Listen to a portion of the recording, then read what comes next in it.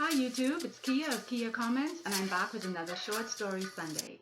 Today we will be discussing story Something That Needs Nothing from the collection No One Belongs Here More Than You, written by Miranda July, to the back of me. Miranda July first came to my attention as a filmmaker. She wrote and directed the film Me, You, and Everyone We Know, which is a quirky indie film that I found really enjoyable. I followed her career loosely after I watched the movie, and so when her collection of short stories came out, I eventually bought it, read it, and really enjoyed it.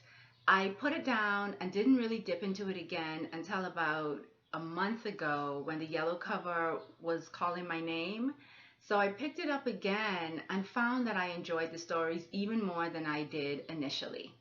When thinking about why I chose this story, I was a little disappointed in myself. It seems like this story is the typical runaway narrative, and in fact it is. Of course, our teens who run away find themselves in a roach-infested apartment. Of course, one of them gets distracted and leaves the other. Of course, they find themselves, Pip in particular, having to turn to a kind of lifestyle that they never would have had they stayed at home.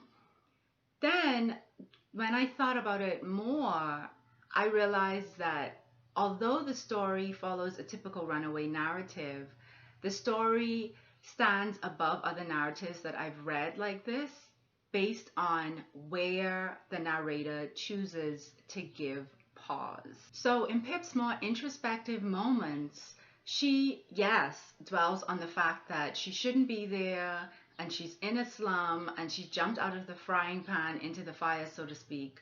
But then she also has these moments where she feels really confident and is proud of herself, not for stripping, but for figuring out a way to sustain the lifestyle that she's chosen, to sustain the fact that she's run away and she isn't going home.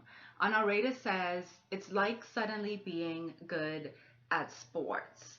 That moment when you keep doing something and you look back and realize, oh, this clicked. I'm not running at this speed anymore.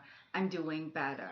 For her, she finds a level of confidence in being able to support herself that she didn't have when she lived at home and that she didn't have when she was in a relationship. So although the story is very bleak, it also has a thread of hope in a quiet and unexpected way, and that's why I love this story as much as I do. I also found this story compelling because of the kind of teenage loneliness that we see in Pip. The characters in the story are very disenfranchised and still grapple toward finding some kind of communion with each other. And indeed, the characters in this whole collection are disenfranchised or stunted or truncated in some kind of way, but still try to find fellowship in the world.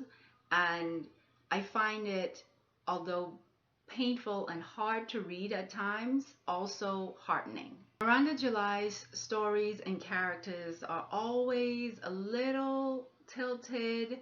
They're also kind of on the fringes of society, and social grace is kind of a foreign country to them, where they've never been and whose language they don't speak, but they are resilient and they are trying. If you like Lori Moore's self-help, if you like Mary Gaitskill's bad behavior, then this collection is something that you should check out. That's it. That's all. Please leave comments about short stories that you think I'd enjoy or should be doing reviews on in the comments box below. Like this video if you enjoyed what it was that I talked about.